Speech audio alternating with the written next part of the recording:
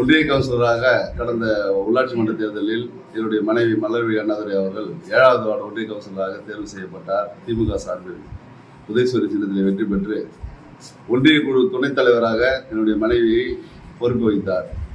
ஒன்றிய குழு துணைத் தலைவராக கடந்த 11 மாதமாக யூனியனில் ஒன்றாம் ஊராட்சி ஒன்றியத்தில் ஒரு வளர்ச்சி பணிகள் எதுவும் செயல்படவில்லை. ஒன்றிய கவுன்சிலர் யாருக்கும் வேலை டெண்டர் எதுவும் வேலை வைக்கல, எந்த வேலையும் வைக்கல. வேலை வச்சா அவங்களே தீர்மானம் போட்டு ஸ்டேஷனரி போட்டான், அதுக்கப்புறம் வளர்ச்சி பணிகள் இதை செஞ்சேன், பிளீச்சிங் போட அதை போட இதை போடணும் தான் கவுன்சில் சாதாரண கொடுத்த கையெழுத்து வாங்குறதால வளர்ச்சி பணிகள் எதுவும் நடக்கலை. குறைஞ்சபட்சம் கழக கட்சிக்காரங்களுக்கு கேவிடி கொடுக்கறதுக்கு கூட கேட்ட அதிகாரிகள் ஒத்துழைப்பு தர மாட்டாங்க. எங்களுக்கு இப்போ பணி நியமனம் பண்ணுறதுக்கு ஊராட்சி ஒன்றியத்தில் வல்லம் ஊராட்சி ஒன்றிய அலுவலக உதவியாளரும் வல்லம் ஊராட்சி ஒன்றிய இரவு காவலர் பணியும் நியமனம் செய்யறதுக்கு உத்தரவு வந்தது. கலெக்டர் ஆஃபீஸ்லேருந்து உத்தரவு வந்தது. அந்த இரவு காவலர் பணியை தற்காலிகமாக யாரும் மனு செய்யாதால் அது நிறுத்தி வைக்கப்பட்டு அலுவலக உதவியாளர் மட்டும் இப்போது நடைமுறைப்படுத்தப்பட்டு அது இன்டர்வியூ நடத்துது. கடந்த ஒரு வாரத்துக்கு முன்னே எங்களுக்கு தகவல் எதுவும் சொல்ல வைஸ் சேர்மனான எங்களுக்கு தகவல் சொல்லலை. இன்னைக்கு இந்த பணி நியமன ஆணையை வழங்கும் போது ஒன்றிய பெருந்தலைவரும் ஒன்றிய துணை பெருந்தலைவரும் பிடிஓ ஆணையாளர் 3 பேரும் கையெழுத்து போட்டு தான் நியமனம் பண்ணணும். ஆனால் எங்ககிட்ட ஒன்றிய துணைத் தலைவருடைய எங்ககிட்ட தகவலே சொல்லாமல் இன்னைக்கு பணி நியமனம் செய்கிறாங்க. ஒன்றிய கவுன்சில் எங்களுக்கு வேலையை இதுவரை 1 வருஷமா எங்களுக்கு வேலையை கொடுக்கல. ஒன்றிய கவுன்சில் பதவி வச்சிருந்து பலன் இல்லை.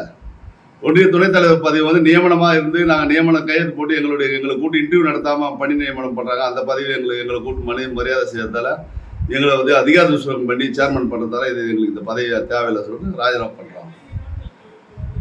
எங்களுக்கு எந்த வித மனக்கசப்பும் கிடையாது. அதே மாதிரி எங்களை எல்லா கவுன்சிலரும் இருக்கிற 20 கவுன்சிலர்கிட்ட கேட்டு தான் நான் இந்த முடிவுக்கு வந்தேன். கட்சிக்காரங்கிட்ட ஒன்றியத்தில் இருக்கிற கட்சிக்காரங்கிட்ட கேட்டு தான் நாங்கள் இந்த முடிவுக்கு வந்தோம். பின்னணியில அதிகார துஷ்பிரயோகம் பண்ணதான் அமைச்சர் பின்னாடி, இவர் பின்னாடி, சேர்மன் பின்னாடியில மாவட்ட செயலர் தான் இருக்கிறேன். நாங்கள் என்ன பண்ண முடியும்? யார்கிட்ட போய் நாங்கள் முறையிட முடியும்? நான் மண்டல பொறுப்பாளர்கிட்ட அமைச்சர்கிட்ட தகவல் சொல்றது தான் பல முறை ட்ரை பண்ணி பார்த்தோம். அவர்கிட்ட தகவல் சொல்றது இன்னைக்கு தான் பேச முடியுது. நான் ராஜினாமா பண்ண போது அவர்கிட்ட தகவல் சொல்லிட்டேன். எந்த கிளை செயலகம் இதுவரைக்கும் எதுவும் வளர்ச்சி பணிகள் அவங்க வேலை எதுவும் வைக்கல.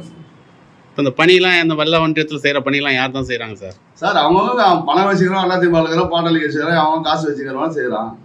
காலமா கட்சிக்காரங்களுக்கு வேலை கொடுக்கணும்னு சொன்னதுல ஒரு 10 லட்சம் அளவுக்கு கிளைக்கழக செயலாளர்கள் ஒரு 10 பேருக்கு வேலை கொடுத்தாங்க. வேலை செஞ்சாங்க.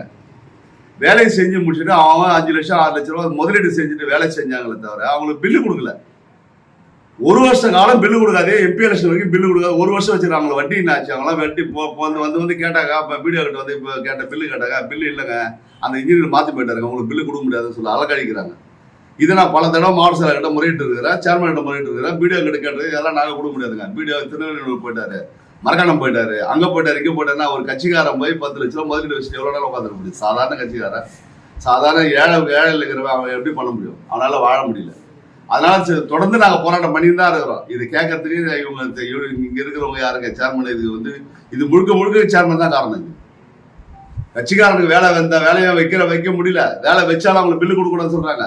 இப்ப சமீபத்தில் நடக்கிற வேலை என்னடாக்கா, ஒரு வேலைக்கு 1 லட்சம் ரூபாய் வேலைக்கு 60,000 ரூபாய் அதிகாரிக்கு இன்ஜினியரும் பிடிஓவும் 60,000 ரூபாய் பிடிப்பு பண்ணுறான். 8,000 ரூபாய் பிக்சட் டெபாசிட் ஐடியில் பிடிக்கிறான், இன்கம் டேக்ஸ் பிடிக்கிறான். 10 லட்சம் ஒரு 10,000 ரூபாய் 1 லட்சம் ரூபாய் 10,000 ரூபாய் அந்த ஒரு பிடிப்பு காசு விட்டு ஏரி வேலைக்கு பிடிக்கலாம், ரைட்டு பிடிக்கலாம். மீதி 40,000 ரூபாய் பிடிக்கலாம், 60,000 ரூபாய் பிடிக்கலாம் 1 லட்சம் ரூபாய்க்கு. கேட்டாக்கா சேர்மன் பிடிக்க சொன்னாரு, இன்ஜினியர் சொல்றாங்க, பிடிஓ சொல்றான். 1 லட்சத்துக்கு 60,000 பிடிச்சா அதுக்கப்புறம் ஜிஎஸ்டி வரை பிடிப்பாங்களா, அதுக்கப்புறம் பர்சன்டேஜ் பிடிப்பாங்களா. ஜிஎஸ்டி 18%, அவங்க ஒரு 10%. அப்போ 30,000 இது ஒரு 60,000 90,000 1 லட்சத்தை பிடிச்சாங்க. எங்க இருக்குது காசு? 1,80,000 ரூபாய் கலையூர் ராஜேந்திரன் கிளைக்கழக செயலாளர் பணம் வேலை செஞ்சுட்டு நடுத்தல நிற்கிறார். இன்னைக்கு 1,60,000 1,79,000 வேலை, 60,000 ரூபாய் காசு பிடிச்சிட்டாங்க. அது இல்லாம அவனுக்கு அதுக்கப்புறம் ஜிஎஸ்டி இருக்குது, அதுக்கப்புறம் அவனுக்கு பர்சன்டேஜ் இருக்குது. அங்க மொத்தம் 90,000 பிடிச்சிடுறாங்க. 90,000 பிடிச்சா மீதி எவ்வளவு காசு அவருக்கு இருக்குதுங்க? 70,000 ரூபாய்க்கு வேலையே செஞ்சிருக்காரு. 1 லட்சம் 1,20,000 ரூபாய் வேலை செஞ்சிருக்காரு, ஏரியில வேலை செஞ்சிருக்காரு. எப்படி கட்சிக்காரன் எப்படி வாழ்வான்? காதலே போட்டு மாட்டாங்க. கேட்டாங்க ஆபீஸ்ல, வீடியோ பேச மாட்டாரு, கீழே தலைக்கு வந்துருக்காரு. அது எனக்கு தெரியாது, அப்புறம் பார்த்துலாம் சொல்றாங்க. ஆட்சியில் இருக்கிறவங்க யார்கிட்ட போய் பேசுறதுங்க? இந்த வைஸ் சேர்மன் பதவி கவுன்சிலர் பதவி வச்சிருந்தாங்களா, எங்ககிட்ட முறையிடுறாங்க. நீ என்ன வைஸ் சேர்மனு எதுவுமே கேட்க மாட்டேங்க, என்ன நீ கவுன்சிலர் நீ எல்லாம் கேட்க மாட்டேங்க. நாங்க வச்சிருந்து இவங்ககிட்ட கேட்டாக்கா கேமரா வச்சு நாங்கள் உள்ள வரதே பார்த்துட்டு நீ வெளியே போடுறான். அதனால நாங்கள் எங்களுக்கு அந்த பதவி வேணாம் ராஜினாமா பண்ணி செய்திகளை உடனுக்குடன் தெரிந்து கொள்ள கீழ்க்கண்ட கேபிள் மற்றும் டிடிஹெச் நெட்வொர்க்குகளில் எம்நாடு செய்தி தொலைக்காட்சியை காணுங்கள். பாதகம் செய்பவரை கண்டால் நாம் பயம் கொள்ளலாகாது பாப்பா. மோதி மிதித்து விடு பாப்பா, அவர் முகத்தில் உமிழ்ந்து விடு பாப்பா. அண்மை செய்திகளை உடனுக்குடன் தெரிந்து கொள்ள இணைந்திருங்கள் எம்நாடு தொலைக்காட்சியுடன்.